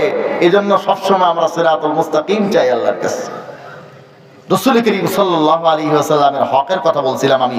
নবীজির একটা হক হলো নবীর উপরে ঈমান আনা, নবীর উপরে সঠিক গুণাবলীর সাথে ঈমান আনতে হবে। আমাদের রাসূল যে রাসূল, এ কথা আমাদেরকে বিশ্বাস করতে হবে। তিনি শেষ রাসূল, এটাও বিশ্বাস করতে হবে। এরকম বিশ্বাস রাখলে হবে না তিনি রাসূল, তারপরে আর কোন নতুন রাসূলের জন্ম হতে পারে, এই ধরনের বিশ্বাস রাখলে সে ঈমানদার হবে না। এজন্য কাদিয়ানীরা কাফের, গোলাম মোহাম্মদ কাদিয়ানীও কাফের, কাদিয়ানীকে যারা মানে তারাও কাফের। মুসলমান ভাইরা আমার, আল্লাহর রাসূলের একটা হক হলো রাসূলকে মহব্বত করা, রাসূলকে ভালোবাসা। বুখারী শরীফ খণ্ড নম্বর 1 পৃষ্ঠা নম্বর 7 হাদিস নম্বর 15, এখানে রাসূলের এই হকটার কথা উল্লেখ রয়েছে। চলুন আমরা দেখি বুখারী শরীফের মেইন কিতাবের 1 নম্বর খণ্ডের 7 নম্বর পৃষ্ঠার 15 নম্বর হাদিস। হযরত আনাস রাদিয়াল্লাহু তাআলা আনহু থেকে বর্ণিত, ক্বালা ক্বালা রাসূলুল্লাহি সাল্লাল্লাহু আলাইহি ওয়াসাল্লাম, লা ইউমিনু আহাদুকুম, আল্লাহর হাবিব বলেন, ও আমার উম্মতিরা, তোমাদের মধ্যে কেউ ঈমানদার হতে পারবে না, হাত্তা কুনা হাব্বা ইলাইহি, যতক্ষণ আমি তার কাছে সবচেয়ে প্রিয় না হব, মিন ওয়ালিদিহি, তার পিতামাতা থেকে, ওয়া ওয়ালাদিহি, তার সন্তান থেকে, ওয়ান নাসি আজমাইন, আর পৃথিবীর সমস্ত মানুষদের থেকে।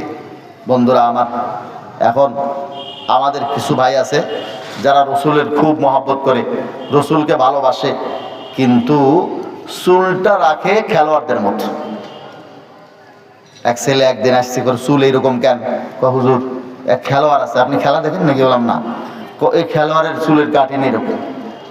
বললাম তোমার গেঞ্জিটা এই কালারের কেন? বলে হুজুর ওই খেলোয়াড় এরকম গেঞ্জি পরে, তো এই জন্য আমি এরকম গেঞ্জি পরি।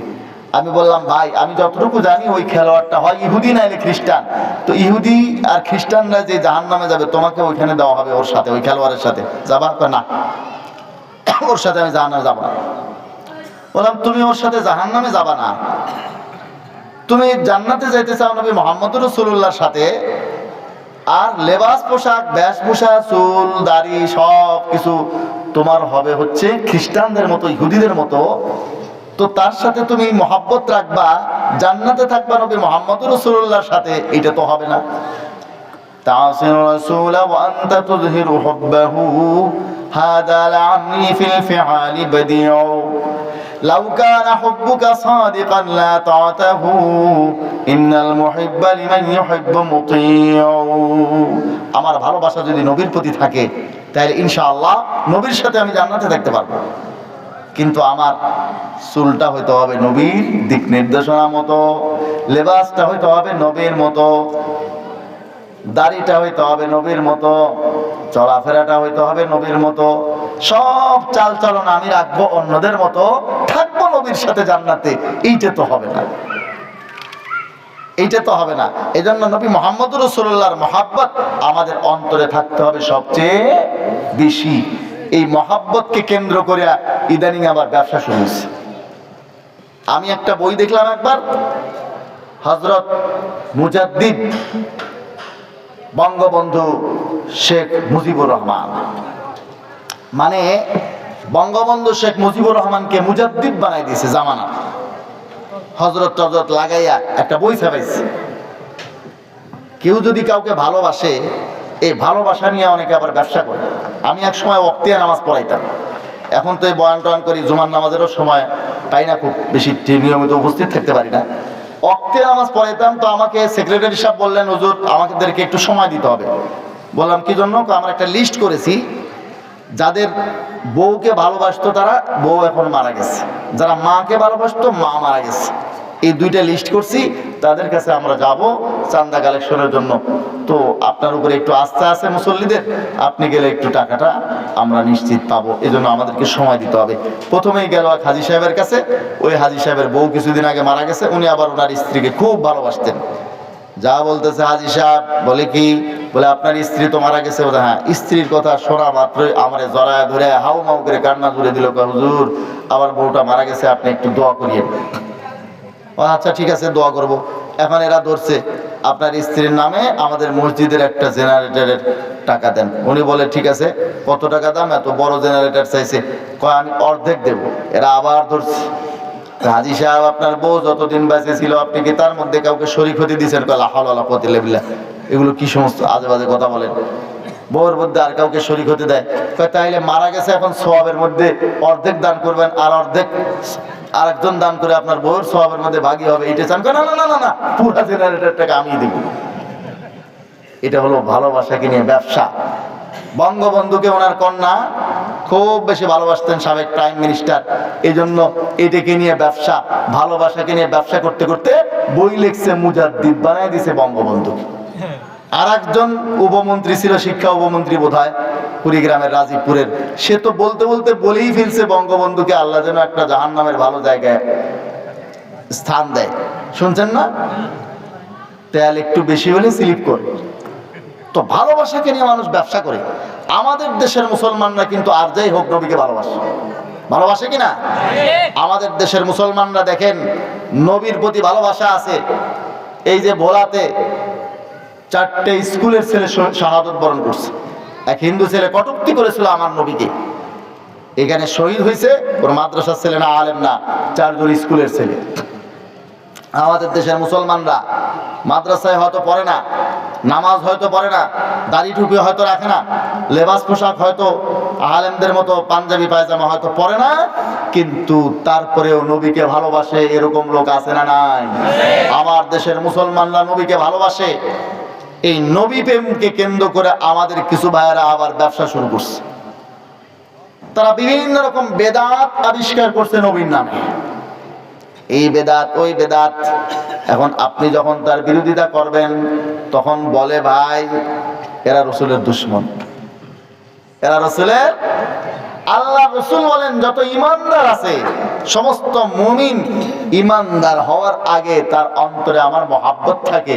মহাব্বতের স্তর আগে, মহাব্বত ছাড়া কেউ ইমানদার হইতে পারে না। মহাব্বত তো অনেক সহজ।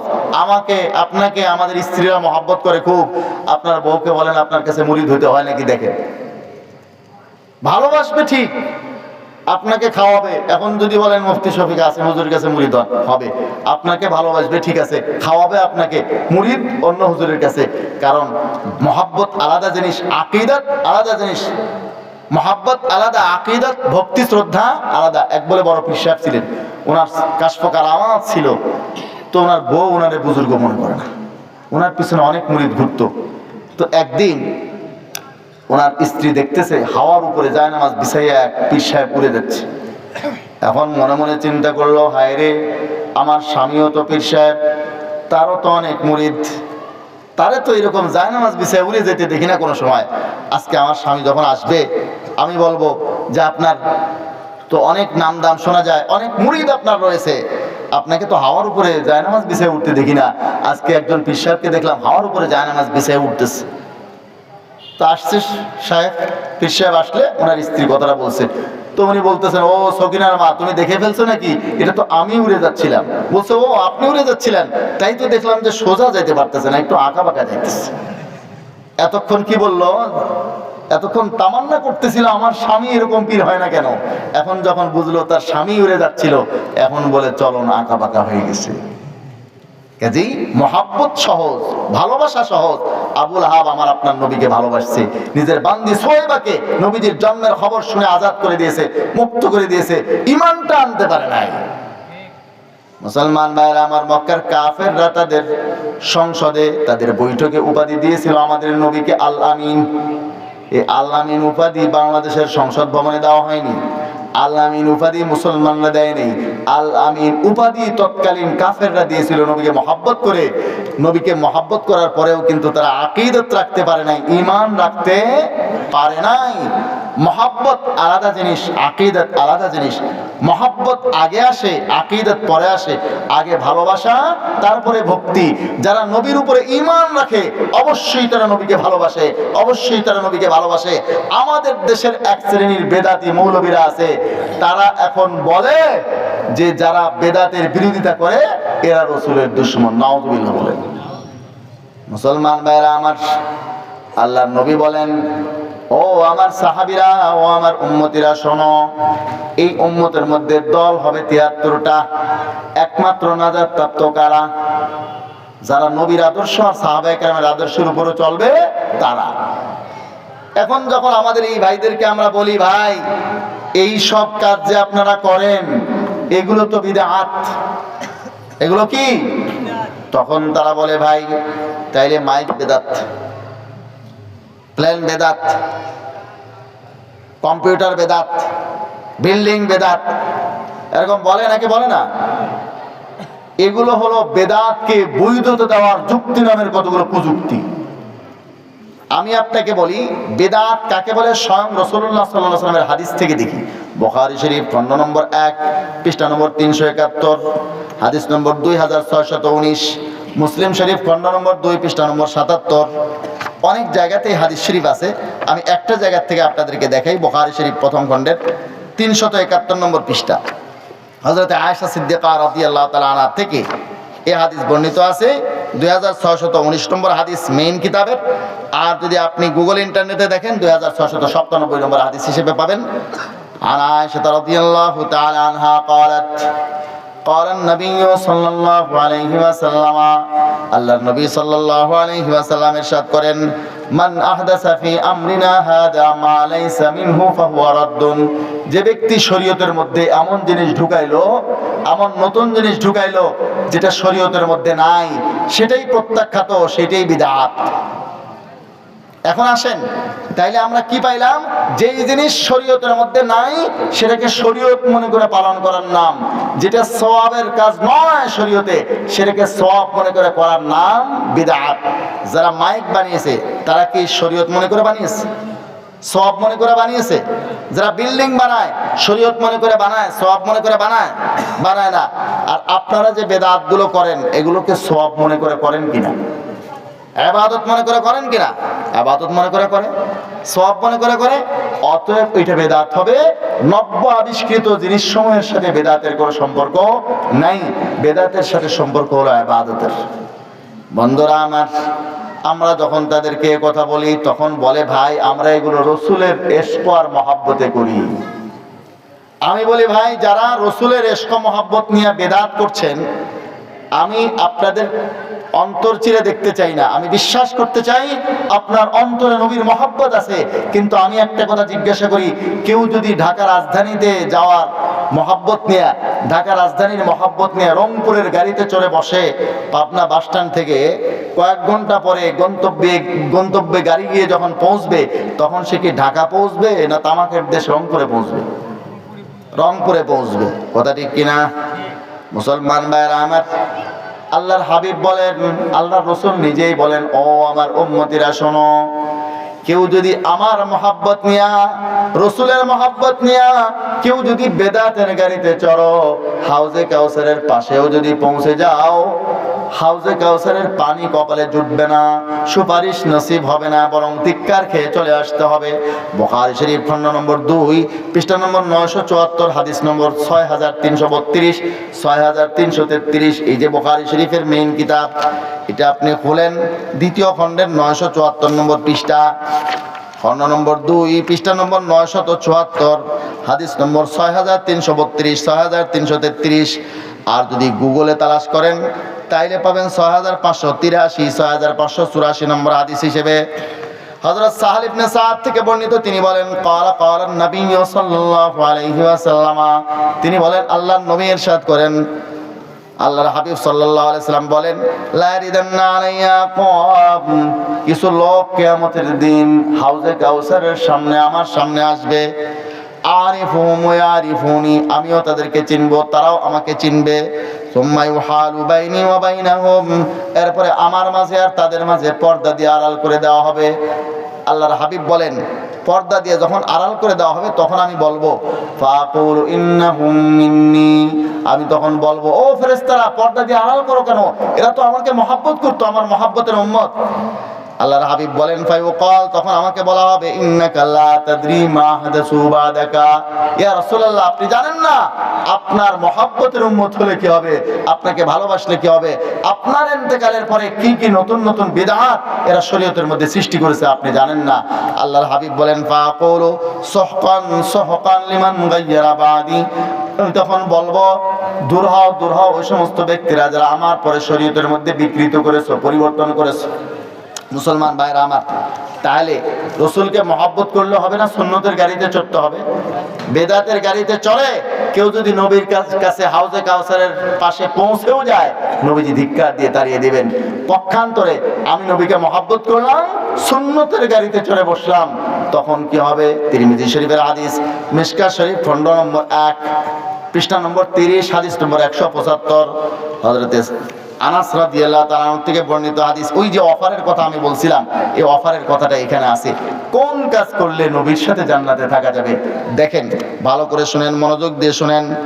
আল্লাহ রাসূল বলেন, মান আহাব্বা সুন্নতি ফাকাদ আহাব্বানি, যে ব্যক্তি আমার সুন্নতকে মহব্বত করলো সে আমাকেই মহব্বত করলো।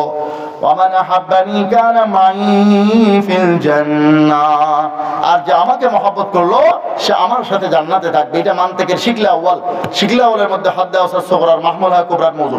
এখানে ফাকাদ আহাব্বানি মান আহাব্বানি ফেলে দেন, নতিজা হবে যে আমার সুন্নতকে মহব্বত করলো, মান আহাব্বা সুন্নতি কানা মাই ফিল জান্নাহ, যে আমার সুন্নতকে মহব্বত করবে সে আমি নবীর সাথে জান্নাতে থাকবে।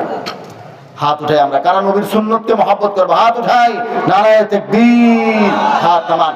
নবীর সুন্নতকে মহব্বত করলে এখন থেকে তালাশ করে করে কোন কাজের নবীর কোন সুন্নত, কোন কাজে নবীর কোন সুন্নত সেটা তালাশ করে করে আমল করব। সুন্নত ওয়ালাদেরকে মহব্বত করব। সুন্নত যে মাদ্রাসাগুলোতে শিক্ষা দেওয়া হয় এখানে এই মাদ্রাসা ওয়ালাদেরকে মহব্বত করব। মুসলমান ভাইরা আমার, আমরা যখন কিছু বেদাতের কথা এই ভাইদেরকে বলি, আমাদের কিছু ভাইরা বলে তাইলে অমুক বড় হুজুর এটা করছে, অমুক বড় হুজুর এটা করছে। ওনারা কি বোঝে নাই? বলে কি বলে না? এই বড় হুজুরের কথা যখন বলবে তখন আপনি বলবেন, ভাই কোন ব্যক্তির শরীয়তের দলিল হয় না। কোন ব্যক্তির কথা কাজ যদি কোরআন হাদিসের সাথে শরীয়তের সাথে মিল থাকে তখন সেটা আমরা মানব।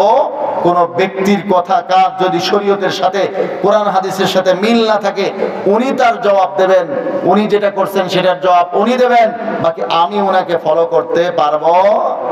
ডাক্তার আপনাকে নিষেধ করছেন, ভাই আপনার এই রোগ, আপনি এটা খাবেন না, ক্ষতি হবে, ডাক্তার নিজেই খায়। তো ডাক্তার খাক আর না খাক আপনি সেটা খেতে পারবেন না। ডাক্তার কেন খাচ্ছে সেটার ক্ষতি তার হবে, সেটার জবাব সে দেবে, কিন্তু সেটার কোনো ব্যাখ্যা তার কাছে থাকতে পারে, আপনি সেটা খেতে পারবেন না। মুসলমান ভাইরা আমার, আমরা যে বড় হুজুরকে চিনি সেই বড় হুজুর বলছেন তিরমিজি শরীফ খণ্ড নম্বর 2 পৃষ্ঠা নম্বর 92-93 হাদিস নম্বর 2641, যেটা আমি আলোচনার শুরুতেই বলছিলাম সে হাদিসে আবার ফিরে আসি। আল্লাহ রাসূল সাল্লাল্লাহু আলাইহি ওয়াসাল্লাম সাফ বলেছেন 73 দলের মধ্যে একমাত্র নাজাতপ্রাপ্ত দল হওয়ার জন্য আল্লাহ রাসূলের আদর্শ, সাহাবায়ে কেরামের আদর্শের উপরে থাকতে হবে। তো আমি যে বড় হুজুরকে চিনি সেই বড় হুজুরের কথা হলো নবী মুহাম্মদুর রাসূলুল্লাহ, সেই বড় হুজুর। তার তার সাথে যদি আমার বড় হুজুরের কথা মিল থাকে তাহলে আমার এই বড় হুজুরকে আমি মানবো। আর এই বড় হুজুরের সাথে যদি নবী রাসূলুল্লাহ সাল্লাল্লাহু আলাইহি ওয়াসাল্লামের, রাসূল করিম সাল্লাল্লাহু আলাইহি ওয়াসাল্লাম, নবী করিম সাল্লাল্লাহু আলাইহি ওয়াসাল্লামের কথার সাথে কাজের সাথে মিল না থাকে তাইলে আমি এই বড় হুজুরকে মানবো না। আসল বড় হুজুর যে নবী মুহাম্মদুর রাসূলুল্লাহ সাল্লাল্লাহু আলাইহি ওয়াসাল্লাম, তার কথা কাজের সাথে মিল থাকলে যে কোনো বড় হুজুরকে মানবো। আমার কথা কি বুঝাতে পারতেছি আমি ভাই? এক এলাকায় বলে এক বড় হুজুর ছিল। সেই বড় হুজুর এলাকার মধ্যে নিয়ম জারি করে দিচ্ছে, এলাকার কোন লোক যদি মারা যায় তাহলে যে হুজুর জানাজা পড়াবে উনি ওই মাইয়াতের সব আসবাবপত্রের মালিক হবে। নিয়ম জারি করে দিচ্ছে। এটা কি শরীয়তের নিয়ম? এখন এলাকার শ্রেষ্ঠ এক ধনী মৃত্যু সজ্জায়, আজ মারা যায় কাল মারা যায় অবস্থা। বড় হুজুর আর এলাকার থেকে সরে না, কারণ যদি মারা যায় জানাজা যদি আর এক হুজুর পড়ায় মাইয়াতের আসবাবপত্রের মালিক সে হয়ে যাবে। বড় হুজুর আর এলাকার থেকে নড়ে না। এখন একদিন হঠাৎ বড় হুজুরের এক কাজ আসছে, এখন চাওয়া লাগতেছে, না যাওয়া পারে না, মনও চাইতেছে না যাইতে। চিন্তা করছে এই লোক তো এতদিন মরে নাই, এখন কি আর মরবে নাকি? আমি তো সকালে যাব বিকালে ফিরে আসবো। চলে গেছে, বিকালে আসে শুনে লোকটা মারা গেছে। দৌড়াইয়া গেছে মায়েদের ছেলের কাছে, বলে বাবা তোমার আব্বার কি অবস্থা? বলে হুজুর আব্বা তো মারা গেছে। জানাজা? বলছে জানাজা হুজুর দাফন শুদ্ধ হয়ে গেছে। বলে কে জানাজা পড়াইলো? হুজুর পাশের গ্রামের বড় হুজুর আপনার শাগরেদ। বলে আচ্ছা, উনি জানাজার নামাজ পড়াইছে, উনি কি তোমার বাবার নাম দাদার নাম ঠিকঠাক মতো বলছে? এখন এরা চিন্তা করে গেছে, বলছে না বলে নাই? কয় না হুজুর বলে নাকি, কারণ উনি পাশের গ্রামের বড় হুজুর, আমার বাবার নাম দাদার নাম তো জানেন না ঠিকঠাক মতো। আপনি এলাকার বড় হুজুর, আপনিই না ভালো জানেন, ছোটবেলার থেকে আপনি দেখছেন সবাই রে, আপনি জানেন। উনি তো জানে না, তুমি আমার বাবার নাম দাদার নাম তো বলে নাই। বলে তাইলে তো বেটা তোমার আব্বা জান্নাতে যায় না, জান্নাতের আশপাশ দিয়ে ঘুরতেছে, নাম নাই বাবার নাম নাই, সেই মেয়ে জান্নাতে কেমনে যায়? আচ্ছা বলেন তো, আপনি যদি শুনেন যে আপনার বাবা জান্নাতে যায় নাই, তাইলে কি আপনি সহ্য করতে পারবেন? এখন সে বলছে হুজুর আমার বাবার কি জান্নাতে যাওয়ার কোনো রাস্তা নেই? কয়েকটা পথ আছে। কি পথ? 3 দিন পর্যন্ত কবরের উপরে জানাজার নামাজ পড়া যায়। হুজুর কিসের 3 দিন? আপনি এখনই রেডি হন, আমরা লোকজন ডাকতেছি। যে জানাজা আরম্ভ করছে, ওদিক দিয়ে একটা তালেব ইলম যাচ্ছিল, এই দেখে এখানে জানাজা হয়। হাদিসে আছে, বুখারী শরীফের হাদিসে আছে, জানাজায় যদি কেউ শরীক হয় 1 কিরাত সওয়াব পায়। 1 কিরাত হলো 1 উহুদ পাহাড়ের সমান। দাফন পর্যন্ত শরীক হলে 2 কিরাত সওয়াব হয়, 2 কিরাত 2 উহুদ পাহাড়ের সমান। হাদিস এটা ঠিক আছে। এখন এই তালেব ইলম চিন্তা করে এখানে জানাজা হয়, আমি যদি জানাজায় শরীক হই 1 কিরাত মানে 1 উহুদ পাহাড়ের সমান সওয়াব পাবো, এখান থেকে কি বঞ্চিত হওয়া যায়? এখন সে জানাজায় শরীক হয়েছে, দেখে আজগুবি এক জানাজা হচ্ছে। এখন সে হুজুর ওই যে বলছে না বাপের নাম দাদার নাম ঠিকঠাক মতো করছে কিনা, এখন উনি বাপের নাম দাদার নাম পড়ে আর শোনাইতেছে। চিন্তা করছে গোরস্থানে একা একাই ভণ্ডামি করতেছি, কে আর দেখবে? তালেব ইলম শরীক হয়ে দেখে যে আজগুবি জানাজা হচ্ছে, উনি সূরা পড়তেছে, বলে ইসমুল মাইয়িতি সালমান ওয়া ইসমু আবিহি আব্দুর রহমান ফাবিআইয়ি আলাই রাব্বিকুমা তুকাদ্দিবান। বলে মাইয়িতের নাম হলো সালমান, মাইয়িতের বাপের নাম আব্দুর রহমান, ফাবিআইয়ি আলাই রাব্বিকুমা তুকাদ্দিবান। তালেব ইলম চিন্তা করে, হায় রে এ আবার কোন আজগুবি জানাজা, কিতাব পত্রে কোনোদিন পড়ি নাই, বাপ জন্মে কোনোদিন দেখি নাই, ওস্তাদদের থেকে শিখি নাই, এটা আবার কোন জানাজা? চিন্তা করে এখন যদি ভুল ধরি এলাকার বড় হুজুরের ভুল ধরা হয়ে যায়, আর যদি না ধরি এলাকার সব লোক বেদাতের মধ্যে থেকে যায়, কি করি? চিন্তা করছে শরীয়ত বাঁচাইতে হবে, এলাকার লোকজনকে বেদাত থেকে বাঁচাইতে হবে, বড় হুজুরের ভুল ধরা লাগলে ধরতে হবে, নাইলে তো শরীয়ত রক্ষা হবে না, মানুষ বেদাত থেকে বাঁচবে না, সব বেদাত নিয়ে ফিরে যাবে, মনে করবে এরকমও হয়। চিন্তা করছে জানাজা তো এমনিও হচ্ছে না অমনিও হচ্ছে না, পিছন থেকে দিছে লোকমা, বলে হাদিহিল জানাজাতু লাইসাত ফিল হাদিসি ওয়ালা ফিল কুরআন ফাবিআইয়ি আলাই রাব্বিকুমা তুকাদ্দিবান। বলে হুজুর যে জানাজা আপনি পড়ান এই জানাজার পক্ষে না আছে হাদিস না আছে কোরআন, আপনি কি জানাজা পড়ান? হুজুর চিন্তা করে, হায় রে এতদিন তো গোলমালে ভালোই চলতেছিল, এখন এই আজরাইল আবার কোত্থেকে আসে? মাইয়েতের আসবাবপত্র দূরে থাক, এখন তো আমার বড় হুজুরগিরি নিয়ে টানাটানি শুরু হয়ে যাবে। এখন চিন্তা করছে ঝড় ফুরাইলে তো আম কুড়ানো যাবে না, যতক্ষণ জানাজা চলে এর সাথে চুক্তি করে ফেলতে হবে, এ তো আরবি বোঝে দেখা যায়। এখন সামনের থেকে উনি পড়তেছে উসকুতিয়া আখি আল উজরাতু বাইনানা নিসফান ফাবিআইয়ি আলাই রাব্বিকুমা তুকাযিবান। বলে মৌলভী সাহেব ভাইজান আপনি একটু চুপ থাকেন, যা টাকা পয়সা পাবো তা হবে নিসফান নিসফান, অর্ধেক অর্ধেক। এই ধরনের জানাজা যদি পড়ায় আর লোকমা যদি না দেয় তাহলে চলবে? ওলামায়ে কেরাম বুঝেন কোনটা হক কোনটা বাতিল। এই যে দেখেন দারুল উলুম মেহেরউদ্দিন কওমি মাদ্রাসা মসজিদের উদ্যোগে ইসলাহি মাহফিলটা কেন করতেছেন ওনারা? কারণ ওলামায়ে কেরাম জানেন হক পথ কোনটা বাতিল পথ কোনটা। এই জন্য তারা জাহান্নামের পথ থেকে বাঁচাইয়া আমাদেরকে জান্নাতের পথের দিক নির্দেশনা দেওয়ার জন্যই এই সমস্ত মাজলিসগুলো করে। এজন্য আমরা মাদ্রাসার পাশে থাকবো তো ইনশাআল্লাহ। এখানে সুন্নত শিক্ষা দেওয়া হয়, সুন্নতকে মহব্বত করব, সুন্নত ওয়ালাদেরকে মহব্বত করব। যার সাথে যার মহব্বত তার সাথে তার আখিরাত। ওলামায়ে কেরাম কোথায় থাকবেন? মিশকাত শরীফের মধ্যে কিতাবুল ইলমে হাদিস আছে, আম্বিয়ায়ে কেরামকে যে মর্যাদা দেবেন ওলামায়ে কেরাম তার থেকে শুধু এক স্তর ওলামায়ে কেরামকে কম দেবেন আল্লাহ তাআলা। আম্বিয়ায়ে কেরামকে 100টা মর্তবা দিলে ওলামায়ে কেরামকে দেবেন 99টা। ওলামায়ে কেরামের সাথে জান্নাতে থাকতে ইচ্ছা করে না? নবীর সাথে জান্নাতে থাকতে ইচ্ছা করে না?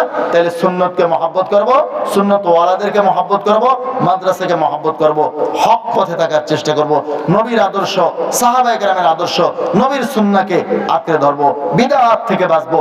বিদআত আমল করলে ইবনে মাজাহ শরীফের হাদিসে আছে 6 নম্বর পৃষ্ঠায় 49 নম্বর হাদিসে হযরত হুযায়ফা রাদিয়াল্লাহু তাআলা আনহু থেকে বর্ণিত আছে, আল্লাহ রাসূল সাল্লাল্লাহু আলাইহি ওয়াসাল্লাম বলেন যে ব্যক্তি বিদআতের সাথে জড়িত থাকে তার কোনো ফরজ নফল নামাজ রোজা হজ সাদাকা কোনো ফরজ নফল ইবাদত কবুল হয় না। আল্লাহ তাআলা আমাদেরকে বিদআত থেকে হেফাজত করেন, সুন্নতের উপরে চলার তৌফিক দান করেন, সুন্নত ওয়ালাদেরকে মহব্বত করার তৌফিক দান করেন, মাদ্রাসার সাথে বেশি জুড়ে থাকার তৌফিক নসিব করেন।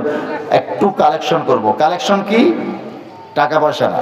টাকা পয়সা আল্লাহ তাআলা যদি আপনারটা কবুল করেন আপনি না দিয়ে থাকতে পারবেন না, আর আপনার টাকা আল্লাহ তাআলা যদি পছন্দ না করেন আপনি দিতে পারবেন না। অনেক কোটিপতি আছে টাকা দিতে পারে না, অনেকে 1000 টাকা ইনকাম করে সেখান থেকে দান করে, আছে না নাই? আল্লাহ তাআলা যদি আপনার ভালো ফয়সালা করেন, আপনার মাল কবুল করেন, আপনি অবশ্যই দিতে বাধ্য হবেন। আমি যেটা কালেকশন করতে চাচ্ছি সেটা হলো দোয়া। সন্তান, আপনাদের সন্তানকে মাদ্রাসায় দেবেন, মাদ্রাসার জন্য দোয়া করবেন, পারবেন না? আর একটা জিনিস কালেকশন করবো, সেটা হলো মহাব্বত, ভালোবাসা। ওলামায়ে কেরামের প্রতি ভালোবাসা রাখবেন, ওলামায়ে কেরামের কাছে সন্তানদেরকে পড়তে দেবেন। এরপরে আর একটা জিনিস হচ্ছে যে আমরা দোয়া করব মাদ্রাসার জন্য, আল্লাহ এই মাদ্রাসাকে কবুল করেন, এই মাদ্রাসার উস্তাদ তালেব ইলমদেরকে কবুল করেন, মাদ্রাসাকে আস্তে আস্তে তারাক্কি আর উন্নতির শিখরে পৌঁছায় দেন। কিছু আল্লাহ টাকা দিয়েছে, সেমিট দিয়েছে, টাকা মানে দিচ্ছে আর কি আপনার হাতে। তারপর এখানে যদি কেউ দিতে চায়, এখানে কেউ দিতে চাইলে তাড়াতাড়ি করে দিতে